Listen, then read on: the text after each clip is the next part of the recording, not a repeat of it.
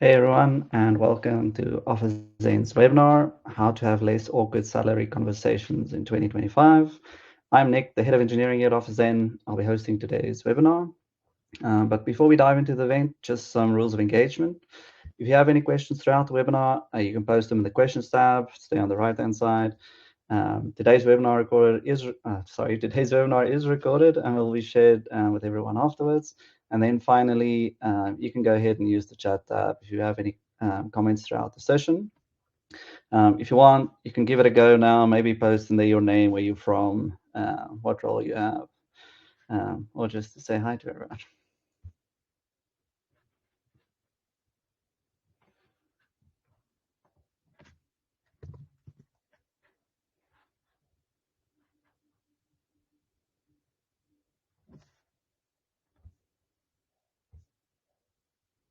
Okay, cool. Looks like we've got some people saying hello there.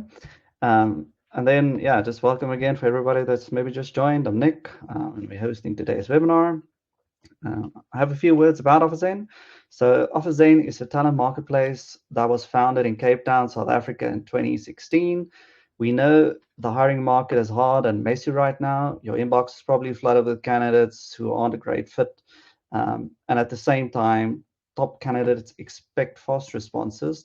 So if you don't move quickly, they're gone. But we have a way to make it more zen. You can now post your jobs on OfferZen and only get direct applications from qualified, actively job-seeking tech professionals. If you have any open roles, simply hit the I'd like to know more in the poll on the screen, and we'll send the link to check out OfferZen yourself and create your own job.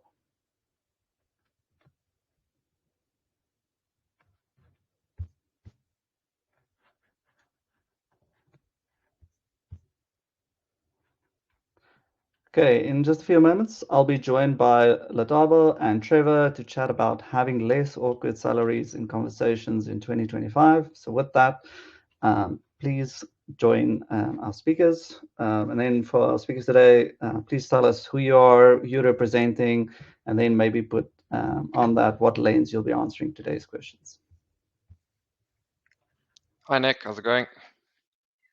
It's going good, thanks. Now. Hi, everyone. I'm Trevor from Decode Development. We're a boutique software engineering agency based in Cape Town, and we help purpose-driven businesses broaden access, accelerate learning, and save lives with bespoke software. I'm trained as a software engineer and worked as a software engineer for many years, and now run a small agency. So that's the lens I'll be coming to the conversation from. Hi, everybody. My name is Lethabo Masekela. I am an HR generalist at BoxFusion. So BoxFusion is an IT software development company based in Centurion. And what we we essentially do is we create systems for the government and for the public sector. So for this webinar, I will be coming in from an HR perspective, right, when it comes to salary benchmarking and having those conversations with employees as well as managers, just to get salaries on par, whether it be hiring external candidate or just with internal staff.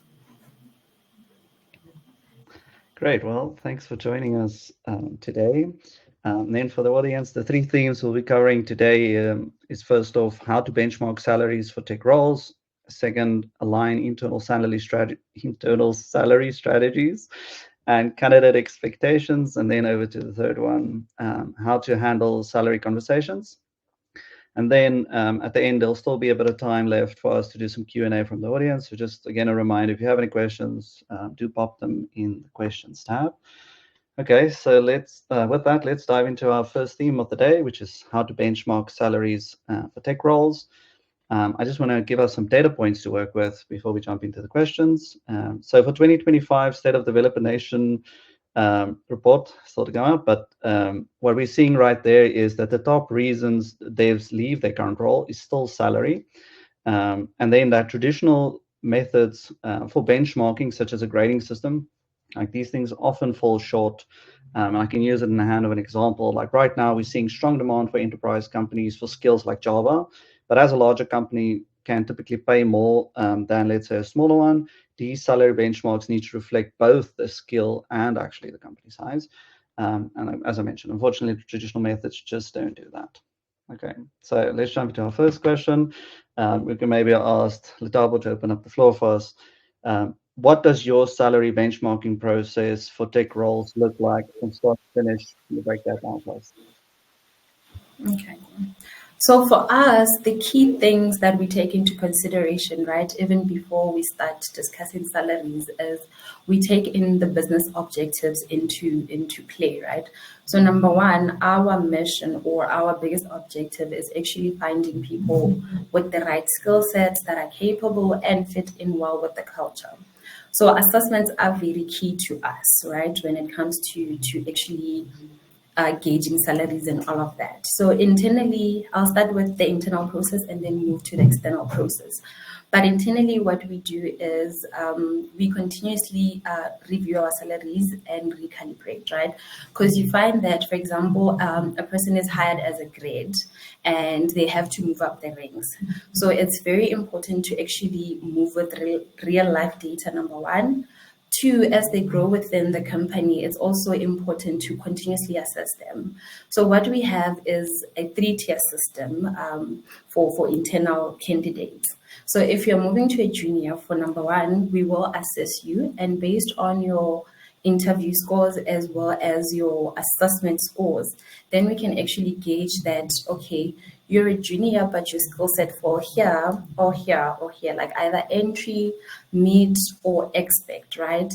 And then with that all into play, then we can now say externally, this is what the market is offering and this is where you fall. So that's internally our process. And with external candidates, the same applies. Skill set is key. If you have the right skills, then you are in a better situation to actually negotiate more or less, or so skill sets to us are key in the process of actually benchmarking salaries. Thanks, Letabo. Trevor? Yeah, thanks, Nick and Letabo.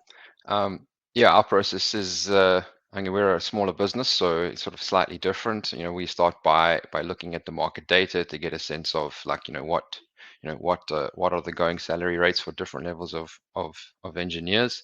And obviously, as you said, there's a lot of nuance in there based on the skill set, the different technologies, like what sort of roles and responsibilities may the person have outside of just writing code and writing tests and peer reviews and the sort of standard type of activities that developers complete.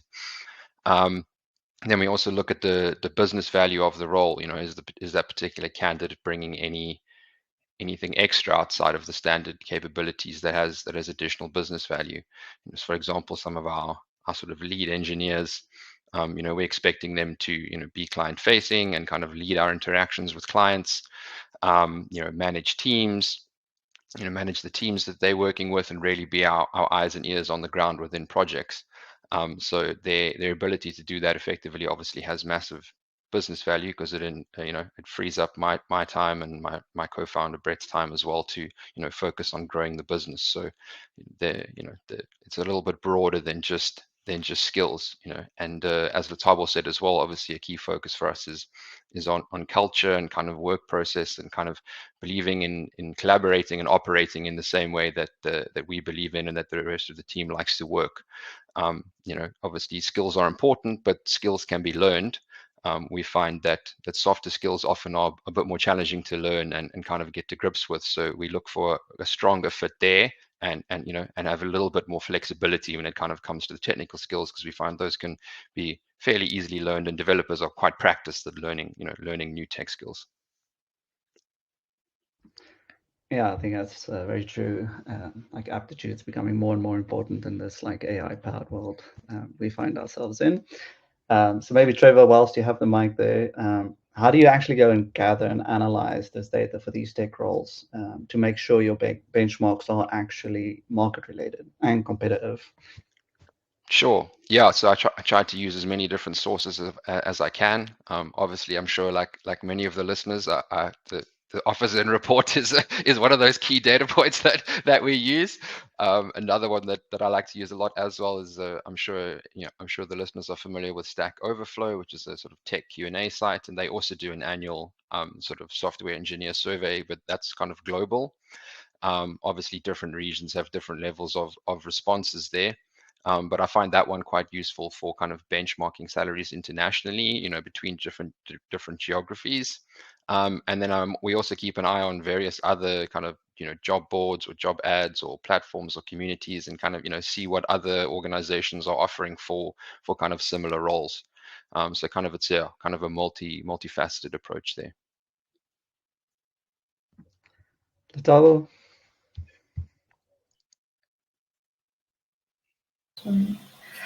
So sorry, I had some difficulties with unmuting myself, but I think similar to Trevor, it's very important to take in what's being done outside, because those are your competitors essentially. If your stuff is not happy, then they are also checking outside. So market research is very pivotal, right? So I like Trevor said, job boards are very important. So what I usually use is like your LinkedIn insights, right?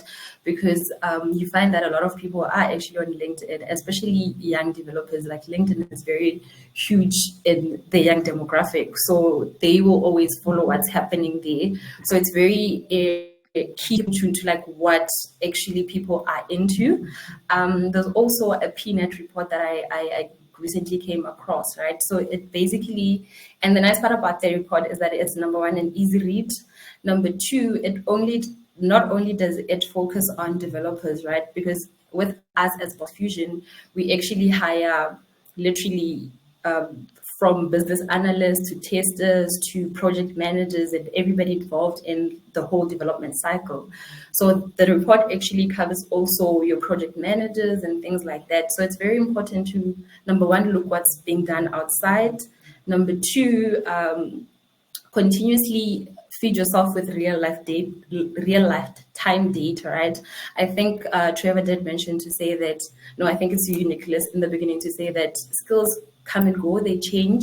So it's very important to know what are Java developers going for right now. A month later, that information may change. And it's something also that came up in one of the reports from, I think it was my broadband. Yeah, I can share the links on the chat later on. But basically, it actually shows that developers, it's a fluctuating market, right?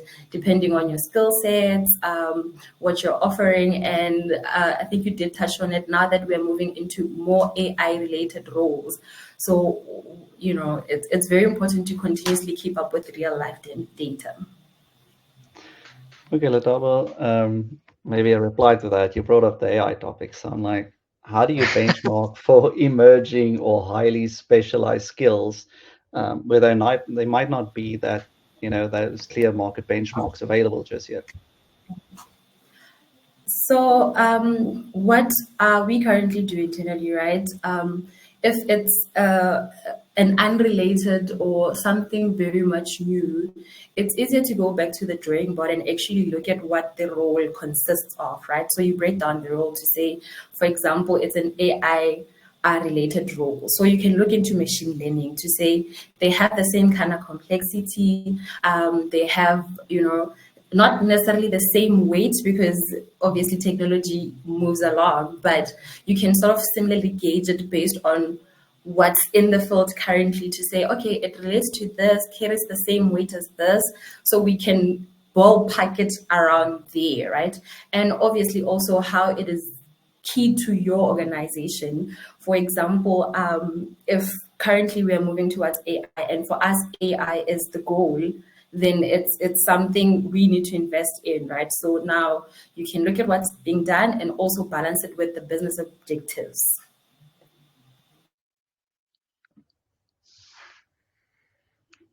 Yeah, that's interesting, Latabo. Just coming back to the previous question around data sources and things, I was wondering if you sort of survey or interview your employees to get a sense of whether they're happy with their current salaries and what they think their roles are worth. And, our business is small, so we kind of do that Yeah. informally, not kind of through a survey, but we just talk to our people and get a sense of like, are they happy with their current remuneration, and what do they think their roles are worth on the market. So I'm wondering if that's something you do as well. No, we do that. What I've noticed is that people will never, they'll never not, there'll never be enough money for any person, Sure. right? The general consensus will always be around, I think I'm not getting enough. That's just the general consensus you will get from people. But what we do, number one, is we have surveys, right? So continuously, I think we have it's quarterly surveys in the first quarter and also the second quarter, right? And the surveys will actually check on that, like wellness. Are you still happy? Do you think you're fairly compensated? So we have surveys. In addition to that, we also have focus groups, right? Just to form like, because sometimes people don't really want to write things down. They feel like words words can be used against them, but once you put it in like a focus group session and everybody's able to share what they like uh think what's happening out there and things like that. So we do have those forums, but what I've realized is that it's actually important to relate to employees how salaries are benchmarked or calculated, right? So having those conversations with them, like if somebody says, I'm in the BA department and I feel like devs are getting more prioritized and we are not earning the same salaries. It's very important to have a conversation with that employee to say, this is how the market works, right? Salaries are based on demand, number one, skill set, number two. Three, it's different industries. So you really cannot compare apples to bananas. So it's very important to continuously have those transparent conversations with employees on how salaries are structured, as well as in the promotion process. It's very much important to have a very clear criteria, right? To say, this is what's expected of you. This is what you must work towards, and this is the end goal. So having those conversations, being transparent about salaries, the industry, what's currently happening out there, it's for me that's like the important part, because yes, people will always feel like they are not compensated fairly, but they lack the knowledge of actually how it came to be, right? Sure. So having conversations with them, for me, it's something that has helped internally to actually just not cut down the noise, but make people understand that this is what's happening and this is what influences the decisions. Interesting. Yeah, great. Coming back to the kind of specialist skills and kind of AI topic, Nick. Yeah, I think that's a really tough one. That one, I think what I try to do in cases like that where we maybe don't have the experience or the knowledge in that case is to try and look for people that that operate in that space. So like one of the keys to strategy as a business is to kind of focus on what we do well and then collaborate with other organizations that do what they do well. So I would look to connect with data science and machine learning type of businesses or consultancies, and kind of try and have an open dialogue with them about what's happening in that space, if I was trying to bring those sort of skills into my business as as another source of data. Yeah, I kind of like what you mentioned around just speaking to people. If the data isn't actively in the market available, someone who already has that role, they're getting paid salaries. By just speaking to more people, maybe even a shout out to the ZA Tech community. They're also always willing to to share their thoughts on the matter as well. So. Okay, let's move on to theme 2 then, which is aligning internal salary strategies and candidate expectations. Letaba already opened the door for us there a little bit, so I'm just going to drop a few data points again, and then we can go into it. So more than half of developers don't feel fairly paid in 2025. I think that's a massive headliner. And then, yeah, it's like I mentioned earlier, it's still the #1 reason why people leave their roles. So I think the stakes are pretty high to make sure that you retain that top talent. What proactive steps do you take to avoid misalignment on salary expectation during the hiring process or for your internal salary reviews? I don't know if you still had something to add to that, Letaba, or did you want to hand over to Trevor? It's fine. I'll start. So I'll start firstly with the external talent and then move on to internal talent, right? So with external talent, I think job boards like OfferZen are very helpful, right? Because already the candidate has listed their salary expectations. And obviously, as a business, when you create a role, you have a budget to say, we cannot exceed this, right? Or this is like where we are ranging. We can only do this much from this much. So job boards like OfferZen are very helpful, because then now you can engage people that you can afford, as opposed to just throwing random dots at people. Again, what I've found very helpful is that if you're using other different kind of job boards, then you can create questionnaires also to see what people's salary expectations are, right? And you can communicate with people that that should we come to an offer stage, then I can actually accommodate them, right? So it's very important to, #1, find first what their expectations is. If it's somebody, let's say the recruitment process has started and you realize that, oh shoot, we actually cannot afford you, or you're asking prices above range, then it's important to have those conversations with them to say, 1, this is all we can do for the role. Just have that open and transparent communication with them, right? Because sometimes you find that people do want to move. It's not necessarily money motivated, so they might consider, but just open the floor to actually having those honest conversations to people to say, this is what we can offer, and above that we cannot. So for me, it's actually, just to summarize, finding out the expectations, aligning them with your organization, and just communicating with candidates. And when it comes to internal candidates, I think, like I mentioned, have a clear structure, right? So to say, if you're a junior, then it will range from here to here based on your performance, based on your contribution towards the company, based on just you in general, right? So have a clear compensation structure internally. Also, just share with employees that this is how it works.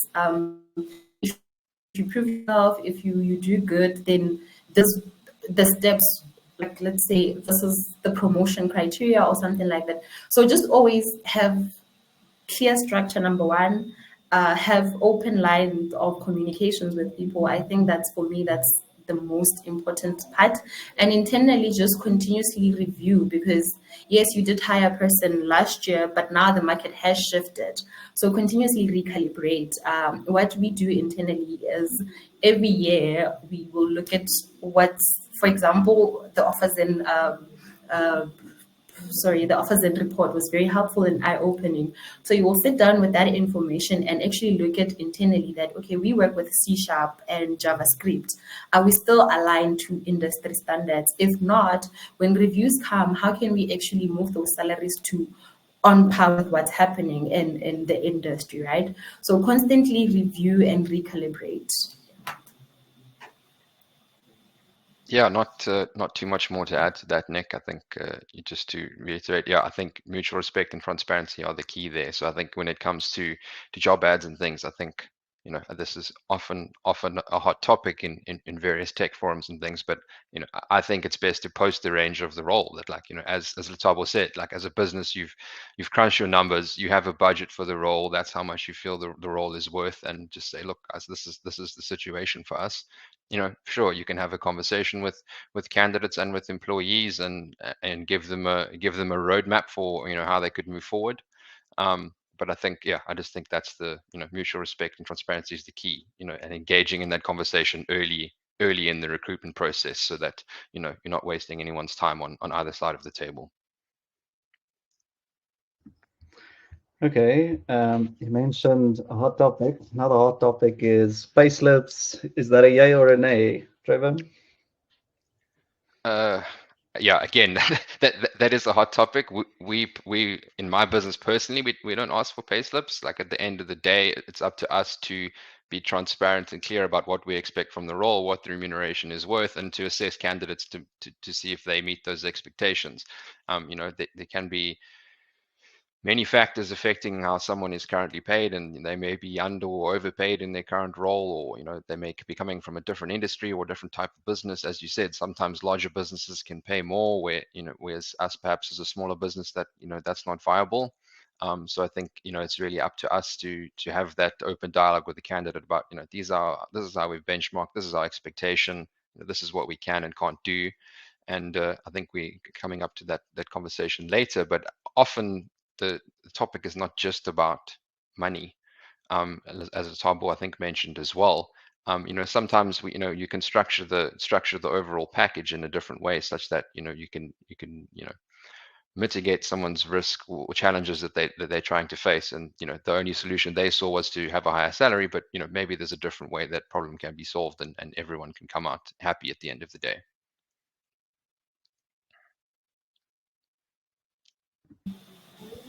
So from my end, we actually do require, or not require, but request pay slips from candidates, right? And I think, just to touch on what Trevor said, that yes, you can be applying because the overall motive is actually to get an increment, because where you are, maybe you're underpaid or you're feeling less valued, right? But we do request pay slips because, again, going back to industry standards, it's the normal thing to do, or well, the industry standard thing to do, is that you can range somebody's increment, or how can I phrase it? Top up, if I can call it that, right? Top up to like a certain percentage, right? So for us as a business, it is helpful, right? And luckily, I won't lie, we never faced resistance from applicants, number one. And number two, it also, in a way, informs us of like what's happening out there, right? So if you're an intermediate applying again for an intermediate position, then we have like real data information to say, oh, okay, cool, you're coming from OfferZen and this is what they were giving you. And it's kind of like in line with what we also have. So number one, pay slips actually give more what do you call it, give more view or perspective of what's happening out there. And just to touch on it, you can actually see how you can mitigate or just structure somebody's overall salary, right? For example, I'm Letaba, I'm coming in, and where I was, I had no pension fund or medical aid contribution or housing allowance, right? So those are the things that we can on our side offer to say, yes, you didn't have 1, 2, 3, but we can, give you 1, 2, 3 with the salary. So it helps in actually also showing the candidate that there are other ways we can sort of package your remuneration, not just monetary, but also benefit wise. Okay, thank you.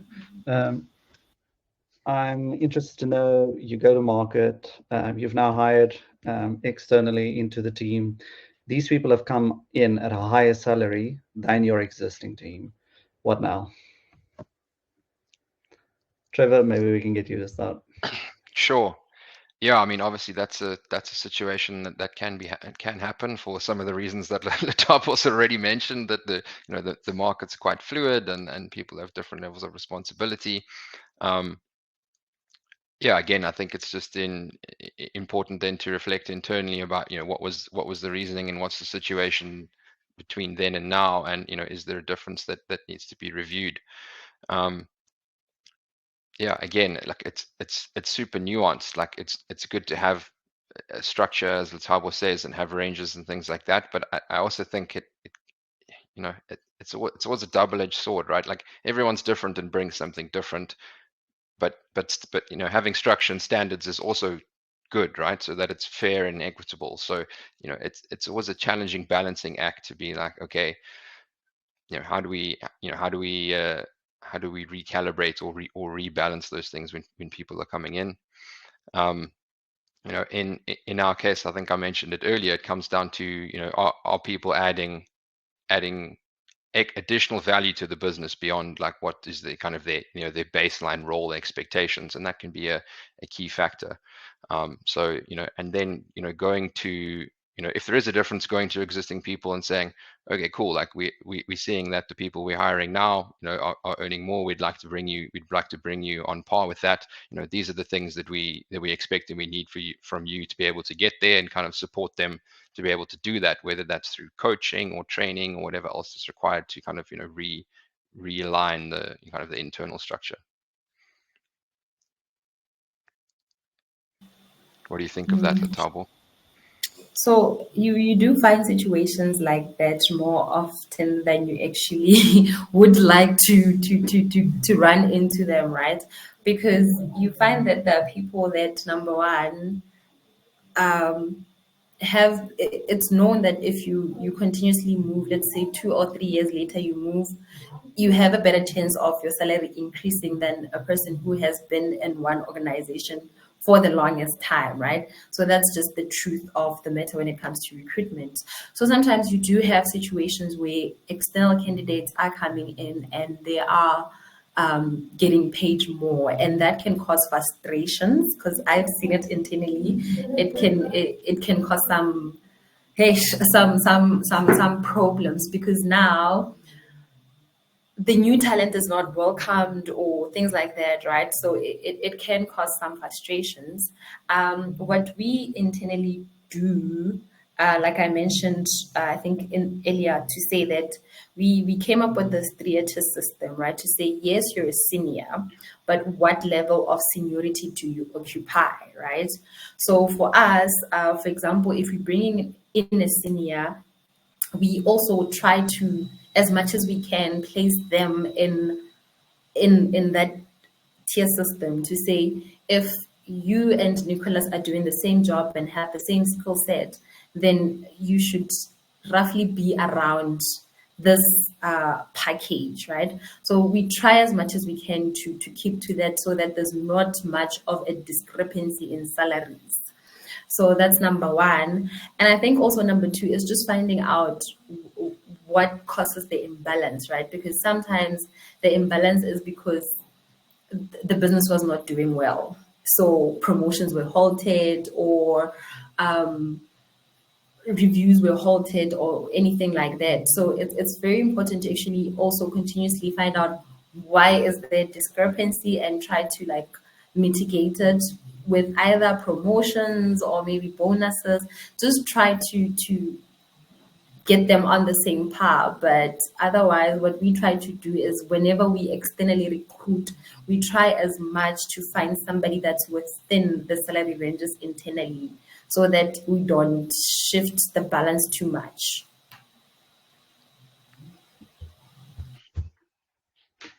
Okay. I know, Trevor, you mentioned earlier when we spoke about like transparency towards candidates with, when they come in above that budget that you've set for your role. Is there anything else that you want to add to that question? Yeah, I think think having that open dialogues help, because I think, as Latabo and I have both mentioned, maybe the person's pushing for a higher salary because they've got some constraints or challenges in their life or something that they're trying to mitigate. We had an example once before where a candidate lived quite far out of town, and they were doing a lot of traveling. So I think they had like a 5,000 or 6,000 rand like fuel budget every month. So in our case, by I think sometimes by offering hybrid or maybe remote work, or having some other kind of structure, you can without giving necessarily an overinflated salary increase, you can put effectively money back in the candidate's pocket, while still making sure that within your budget, and maintaining a fair balance across across your team and your structure. So it's useful to drill down and have those conversations with candidates around what is their motivation for that.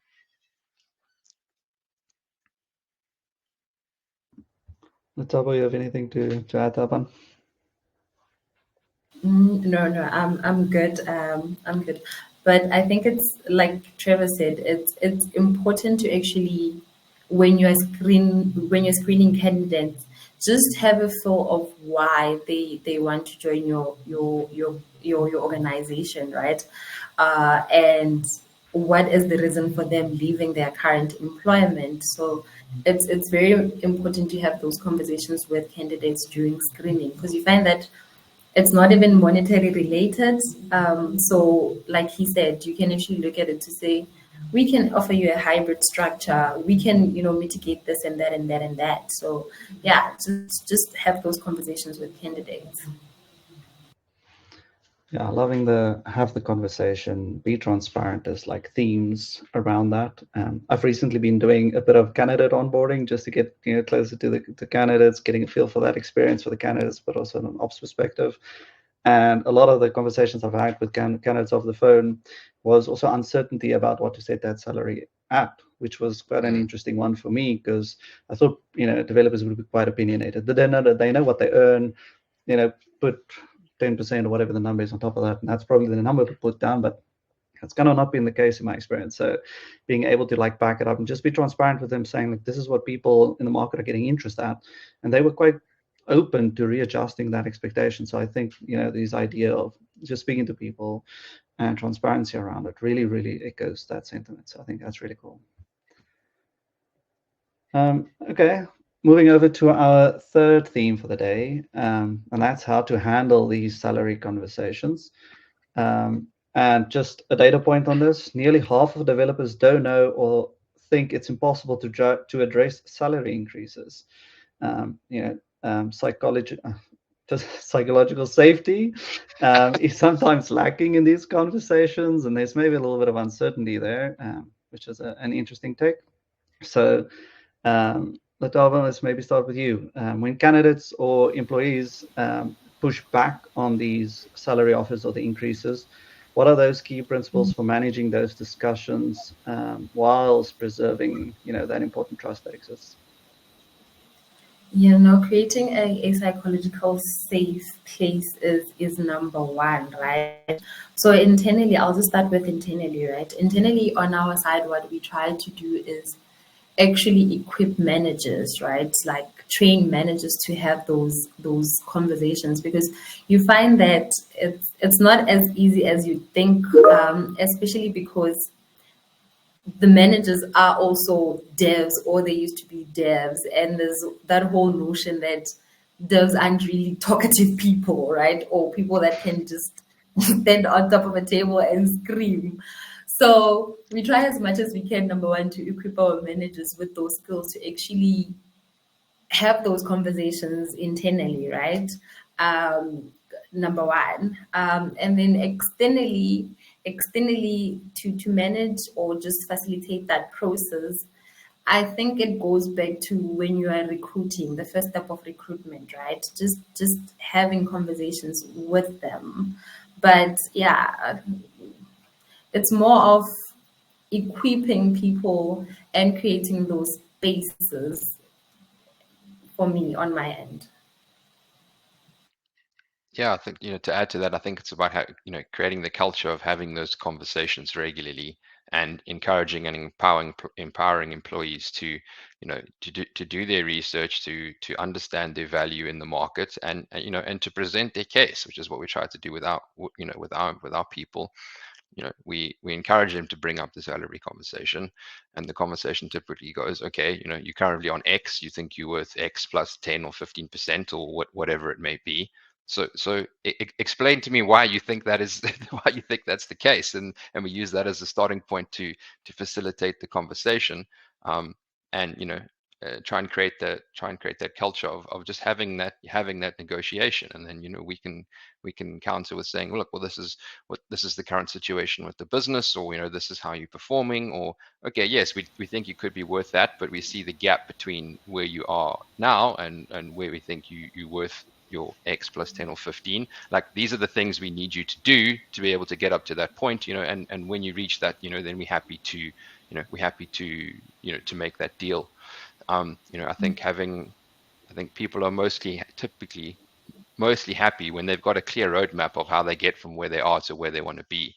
If once they're informed and they've got a path forward, then that can be a great way to making sure that you protect the investment of of recruiting people, because as we've said and as we know, recruitment is tough and it's expensive, and it's much easier to retain and train and improve and encourage your people than it is to try, go out to market and try and find new people. So I think don't underestimate the value of having a roadmap to help people in your business improve and to get to the point where both parties are happy. I'm glad you touched on the point of helping your teams understand what they need to do in order to move up from that salary structure. Is there something that you guys use, Trevor, to make that a little bit easier? Like, do you use some sort of progression framework, or what do you guys use? Yeah. Yeah, so in the past, in some of the other businesses I've worked in, we've spent a lot of time trying to build those, like, very clear, roles and expectations, and like, these are the different activities that you perform at each level. These are the level of delivery that's expected at each level. And I think, as Tauba mentioned earlier, I think having those kind of progression structures or guidelines, is a great way to have a transparent and clear way for people to move forward. What's important then is to have regular conversations with the team about how they are progressing on those, whether that's quarterly or 6 monthly, whatever monthly, whatever works within your business. I think more frequent is better, but obviously you need to find a balance of what's practical within your business. And then I guess the most important thing is then, once you've made a commitment or an agreement, is to follow through. Nothing breaks trust more than saying, okay, cool, look, I need you to achieve these things. I need you to do these courses or learn these new skills, or I need you to take on these extra activities or roles or responsibilities. And then if they do that, then the best way to alienate your team and break trust would be to not follow through on on the commitments that you've made.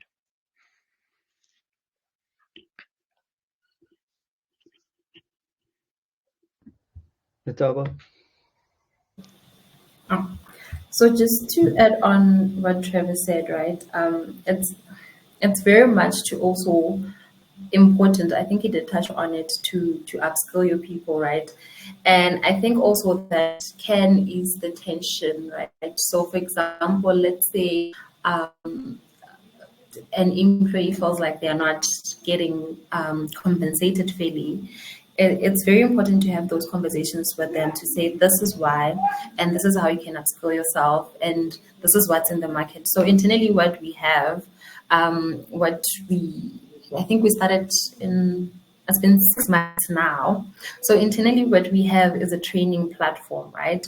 And you can continuously gauge yourself on that platform to say, if C# is the thing that's happening, where am I? How can I be the expert on that?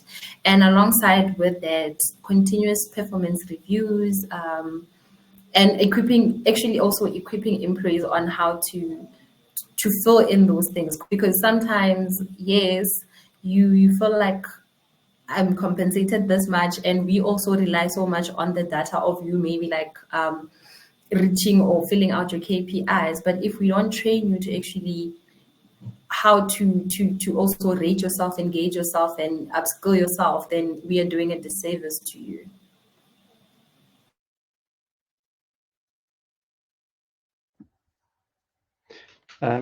Yeah, I do like the idea of might be the obvious one, but like setting a set cadence for those conversations to take place, because that you don't want the people in your team to wonder when the salary conversation is going to happen, when the performance conversation is going to happen. And then just to like add to that, I kind of find personally a lot of value in one-on-ones. Using that to understand, for people to understand like how you think they're performing. I don't think a performance review should just grand reveal where developers then get this bomb shock. Oh, I'm underperforming, but you never said anything in like the 4 or 5 one-on-ones we had up until the session. So really want to encourage people, like the one-on-ones for me, it's been a real valuable tool to make sure that there's a mutual understanding as to how we think the employee is performing, whatever the case is, and then that performance review is just like that affirmation of what the things is that we spoke about to get it over the line. And like the value on like a set cadence or that sort of thing, I've just found immensely valuable to take away that anxiety. Sorry, Trevor. Yeah, very much agree with that. I wanted to kind of ask a follow-up question, which is, I guess, another hot question that's often hotly debated is, do you bind salary to performance, or is it purely based on business and market value? I know different businesses have different structures. Some people say that performance should be focused on growth and moving forward, and obviously there usually is some level of correlation to remuneration. But some people say that that process should be focused on learning and growth and not on ticking boxes to be able to unlock remuneration. And that remuneration should be more of a broader ecosystem perspective. I've never personally worked in a business that operated purely in that way. I find there usually is some level of correlation. But I think sometimes that can be handled differently, right? Like maybe performance has an input or an influence on bonuses or some other kind of incentives, but it's kind of separate from salary negotiations. So just to answer you from my end, performance is linked with remuneration, right? So obviously, if you're not performing, then you're not going to get promoted, right? And that's you essentially moving from one pay grade or to the next. So in that sense, performance is directly in some ways linked to remuneration. And I think that's why I went back to say, continuously upskill your employees, because yes, if you're going to tie performance to remuneration, then you must have structures in place to actually number one, monitor the performance. Number two, give ongoing feedback on the performance, so that, like Nick said, it's not a shock when reviews come and we say, "Oh, by the way, you were not performing." So performance is closely linked to remuneration, but obviously that's not the only thing we consider, right? Market will also influence, because the economy just went up. I mean, I think it was a week ago when they told us VAT would increase by 2%. So things like that, you continuously have to take them into consideration, because now, yes, you did not perform and we had that conversation with you, but we still have an obligation, if I can call it that, to still create a very harmonious, workplace, or just to meet you halfway, if I can say that, if I can phrase it like that.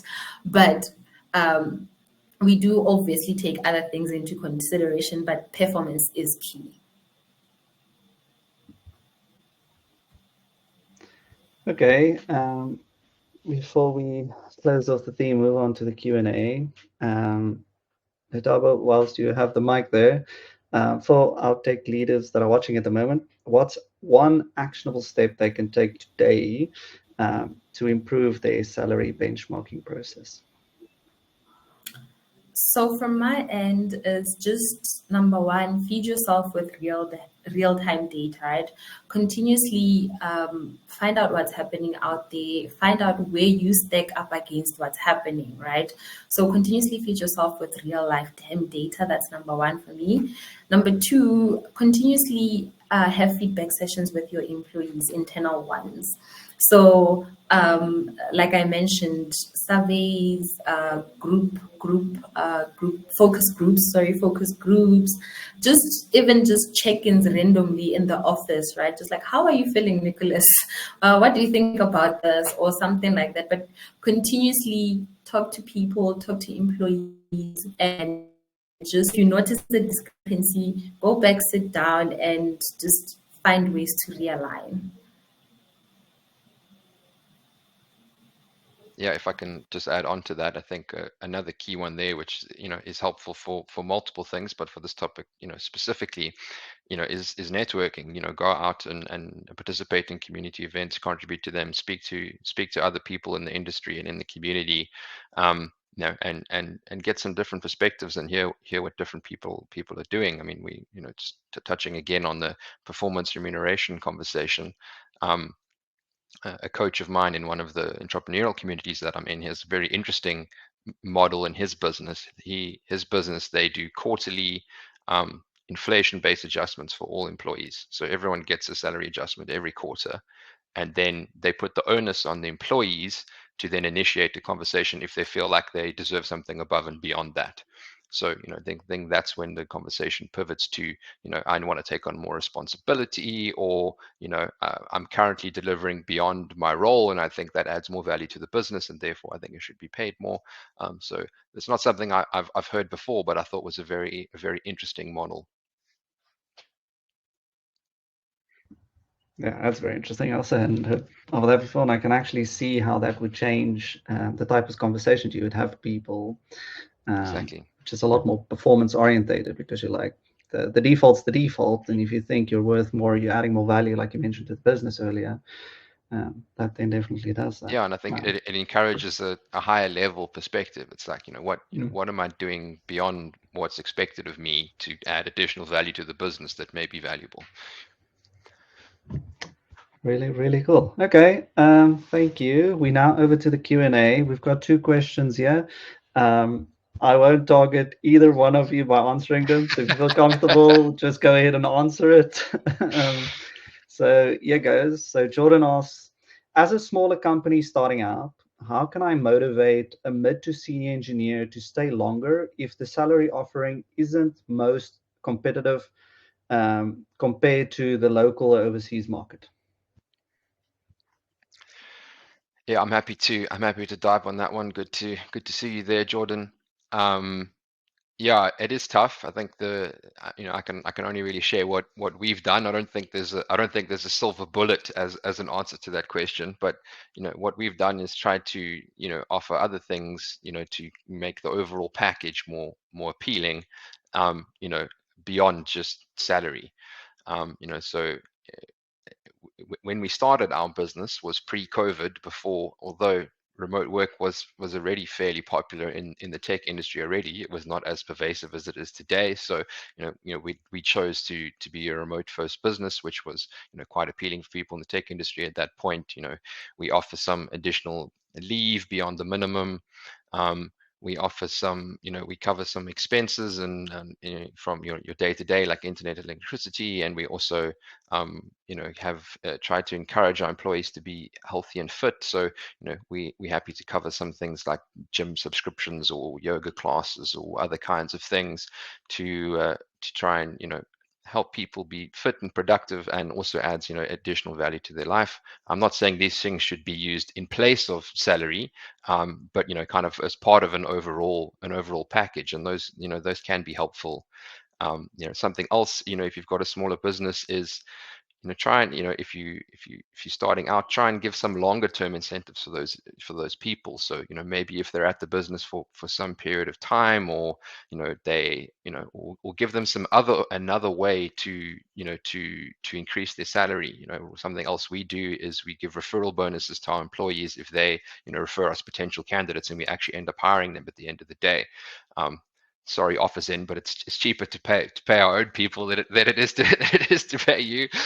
So that can be another way. Find some other ways that make sense from a business perspective, that end up being a win-win for everyone, to try and encourage them to have an alternative way for them to increase their overall kind of package.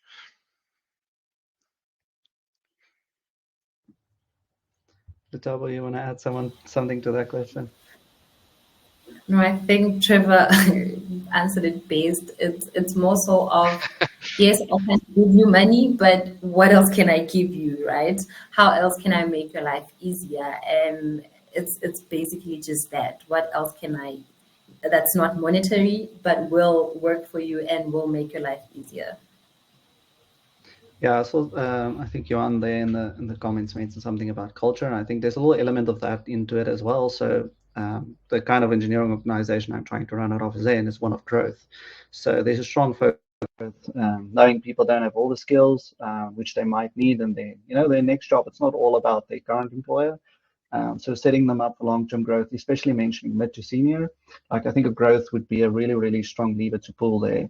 Set them up with some AWS skills, some AI skills, whatever the situation calls for, so that they are best positioned for that. What's next? But again, depends on the company culture, I think.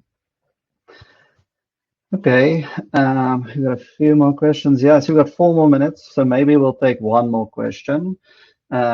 Jamie wants to know, you just said to find out expectations first, but I have found that puts people off as they expect us to have a salary budget in place. Interesting. How do you navigate that? So from my end, I'll take that one. From my end, I know people, for example, you will ask, "Hi, Nicholas, what are your expectations?" And the person will answer back, say, "What is the budget for the role?" Right? So I am upfront that it's market related, right? And it is market related, and you are in the market, so I'm assuming you know what you are going for and what the industry is offering at the time, right? And but I realized that I've never personally had struggles with people actually disclosing that this is how much I am earning and this is how much I'm expecting, right? So yeah, I've never had that struggle, but it's just important to like let them know it's market related from my end. Yeah, I mean, to add to that, Jamie, as I said earlier, if you just publish that as part of your job ad, or you make it public and clear from the start, you kind of just avoid that whole situation, right? Then it's up to the applicant to decide whether they want to apply with all empowered with all of the information up front. And maybe they like everything else about your business, and they want to join, but they still feel they're worth more. Then it comes back to what I said previously. Let's have a conversation around, okay, what additional value can you add to my business? That would motivate me to change the remuneration for the role. Okay, thank you. Last question. Overall, what advice would you give to attendees on managing those awkward salary conversations? Trevor, over to you, and then we can go over to Letabo, and then we'll do an exit. Sure. Yeah, I think that's related to one of the other questions that we had around, do you share from Liso around, do you share the data that you've got with employees? I think if you believe in transparency and empowerment, then yes, you should share those things. Like the OfferZen survey, for example, we encourage all of our team to complete that. We don't expect them to share that information with us. Obviously, we get it indirectly in the report. So they have that information the same way that we do.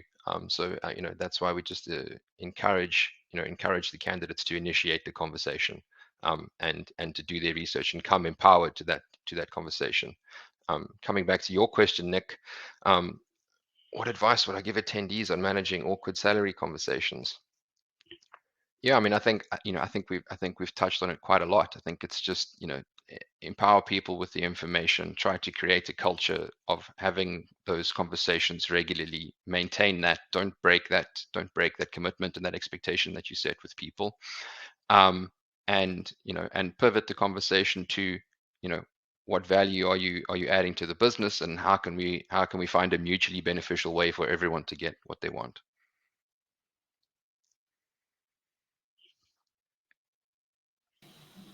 So from my end, managing those expectations, I think transparency plays a very huge role, right? And information sharing.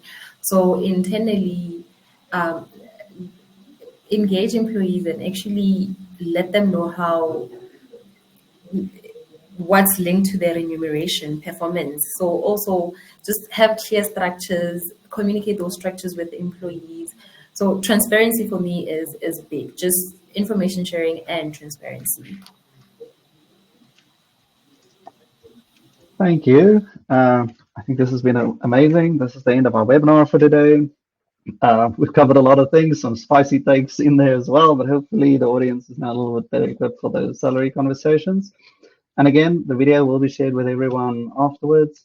And then I just want to say a special thank you to Latabo and Trevor. Thank you very much for bringing all of your insights. And yeah, thank you again for everyone joining us. I hope everyone has a lovely Thursday. Bye-bye. Awesome. Thanks for having us, Nick. Ciao, everyone. Bye-bye.